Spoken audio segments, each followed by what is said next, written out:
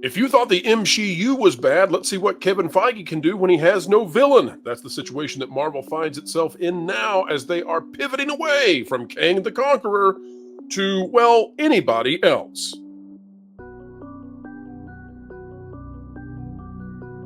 Hello, folks. Welcome back to the Pro Channel. What a joy it is to have you at the place where we explain entertainment and keep you ahead of the culture curve. Joining us today is Jonas J. Campbell, investigative reporter for thatparkplace.com. Jonas, welcome back, sir.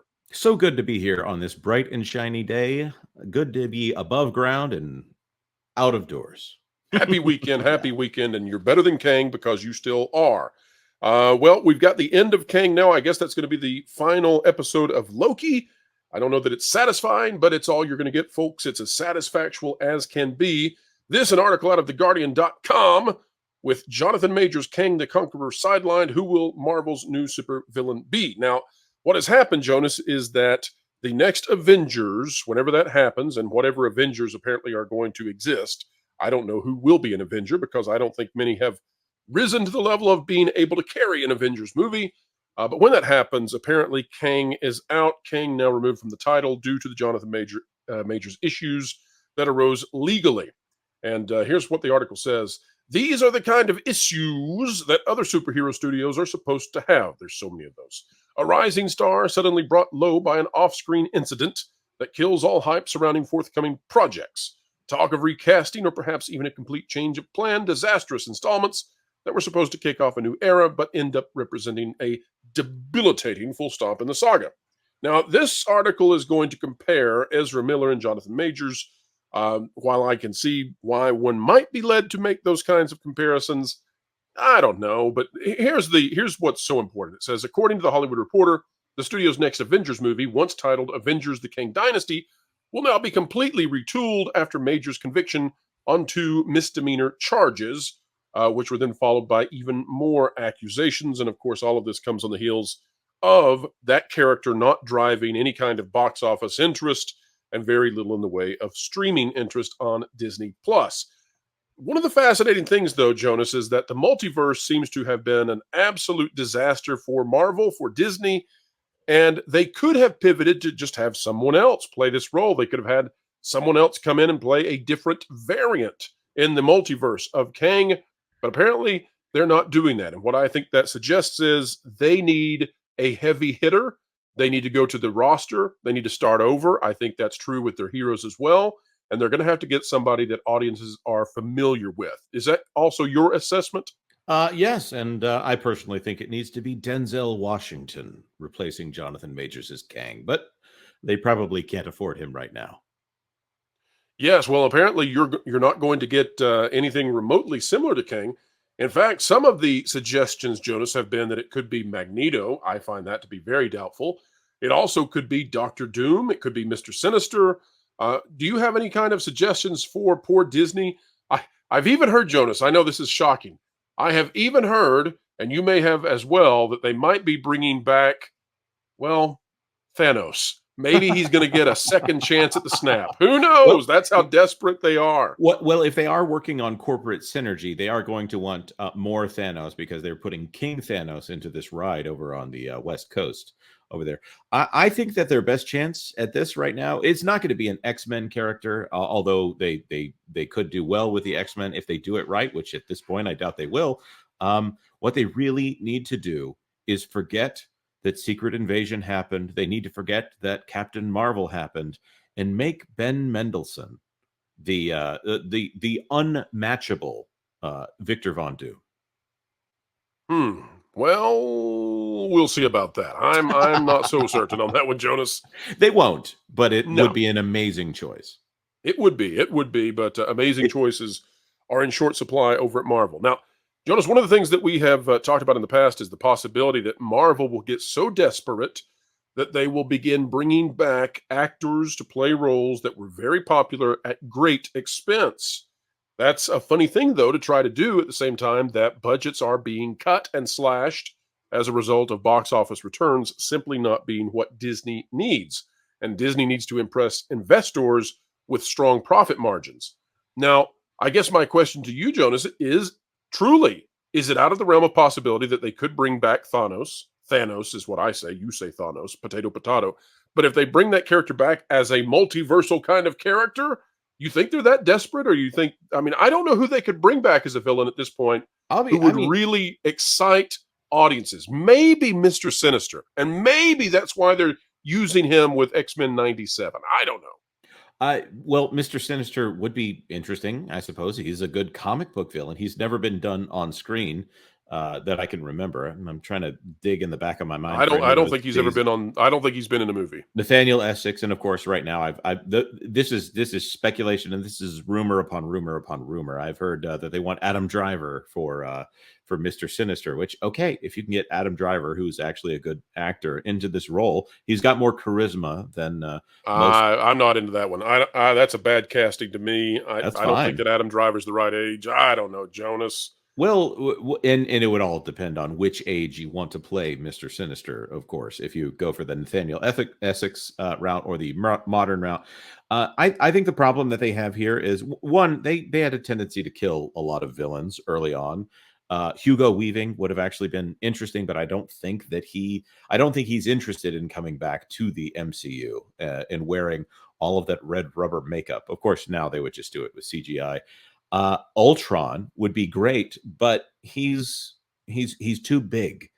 I actually I'm gonna say I would love to see Ultron back again, but making him the entire focus of a movie would be a bad idea. The problem that they have right now is that they need to do small stories that are good, and they have not done one of those for a very long time. I'm struggling to think of an MCU film that wasn't either multiverse or a good small scale story. And a lot of those multiverse stories are not very good anyways. No Way Home, I don't think they can keep playing that. They can't keep spamming that button over and over again and expect to get bigger returns. Let's get real, Jonas. They just need to bring William Dafoe back forever until he's like 95 years old. He can just keep coming back and taking on Spider-Man and anybody else. That's the only solution that they have at this point. But Jonas, I wanted you to think about the interesting aspect of where we are with Marvel. So yesterday, we reported here on the channel that Marvel is allegedly moving their release schedule to try to get out of the way of Superman Legacy. Marvel is not in a place right now that one would be accustomed to because they're actually afraid of James Gunn. Now, simultaneous to that, and although Marvel may have a plan, I don't see one who could be the villain. That's what we've been discussing. Once you throw out Kang, I don't know who the villain can just swoop in and be as we finish out this multiverse saga. Maybe we throw out the entire multiverse saga. I don't know. But it's not just the villain, Jonas. This is what's so amazing about where Marvel has put itself as a result of the MCU. I don't know who the Avengers would be in the next Avengers movie. I mean, who would that even be, considering nobody cares about the characters we've been watching for the past, well, I say we were watching, we really weren't, but for the past 5 years. Is She-Hulk going to swing in there and be the leader of the Avengers? Or is this going to be what we reported a year ago? They need to get to a Spider-Man Wolverine movie. Well, of course, a Spider-Man Wolverine movie would be amazing. I would love to see Tom Holland and Hugh Jackman together. That's what I'm hearing, by the way. Oh, wow. I'm not convinced that Hugh Jackman wants to stick around forever. He did exit on a high note. Logan, even though I don't really want them to keep going rated R with superhero films, Logan was a very well done movie, and it had a great man versus self, man versus environment, and man versus man fight, all in Wolverine fighting himself in the climax of that film. Excellent layers. But I don't think that is what they're doing now. They're banging all their toys together and hoping everyone forgets what is going on. Tom Holland and Brie Larson and Chadwick Boseman were supposed to be the new triumvirate of the Avengers after we got past Endgame. Didn't really work out very well with Brie Larson, and now they have their repudiation of that with the Marvels. Obviously, they chose not to recast Black Panther after the tragic passing of Chadwick Boseman, and they don't really own the rights to Spider-Man fully in the way that they would like to with Tom Holland. They've got to share those profits. So they hate sharing profits. And that's not good for Disney investors to share profits. It definitely isn't. And Disney does not do well when they come from a place of weakness. Since 2007, they have operated from a place of amazing strength at the box office, and it only grew going up to 2019. And ever since then, they have not known how to handle themselves because they've handled themselves so arrogantly for so long. So it doesn't surprise me that they would want to move away from Superman, and because it'll just end up splitting. If neither of those movies are well received, then they'll receive a quarter of what they should. And Because just to clarify for the audience, when you said that, what you mean by that is Marvel wants to move their movies away from James Gunn and the DCU as it relaunches with Superman Legacy, because Marvel is afraid Superman Legacy will be really good and will beat their movies even within 2 weeks, and then therefore that will instill fear in investors. Now, Jonas, I just want to reiterate and say, last year we reported on the channel that I had heard that Marvel really wants to get Wolverine, Hugh Jackman, together with Spider-Man, Tom Holland. That was the winning formula they found that they could pull off for the next Avengers film. I don't doubt that at all. I think Hugh Jackman, although I cannot prove it, I think that he was signed to a multi-movie deal. And so I think that's where we're headed. But it will not be with Kang.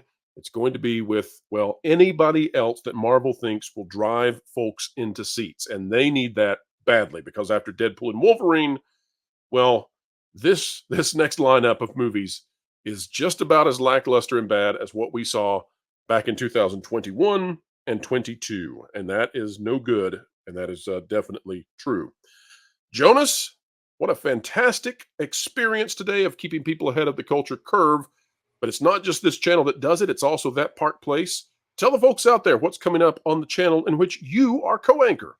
That all depends on when this video is coming out. We're recording this in the evening here, but we're talking about all of those SIFTOD penalties that DeSantis announced.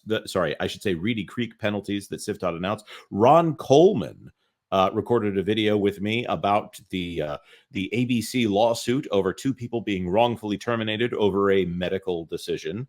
And how that is the judge dismissed the dismissal and it's being pushed to jury trial instead of the judge doing a summary judgment on that. So we've got a lot of interesting things to talk about. And of course, another section of Disney that is being shut down and farmed out, outsourced. And it may not be the one you're thinking of. So very interesting. I will definitely be watching that, folks. I highly recommend you go check out our sister channel, That Park Place.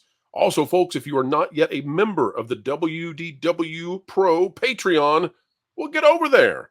It's only $5 for that entry level, and we have all kinds of access to behind the scenes, beyond the curtain, peer behind the magic as it is made, or the sausage, if you will, of the journalism that we do here on this channel and with the website thatparkplace.com. Special access to all of you who are interested. Link in the video description. All right, folks, it is your turn. Join in now by clicking like, share, subscribe, click it, stick it to the algorithms. It's the notification bell.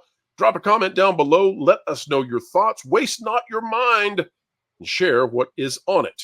Folks, wherever you are and whatever you're doing, keep learning, keep growing, and keep having fun.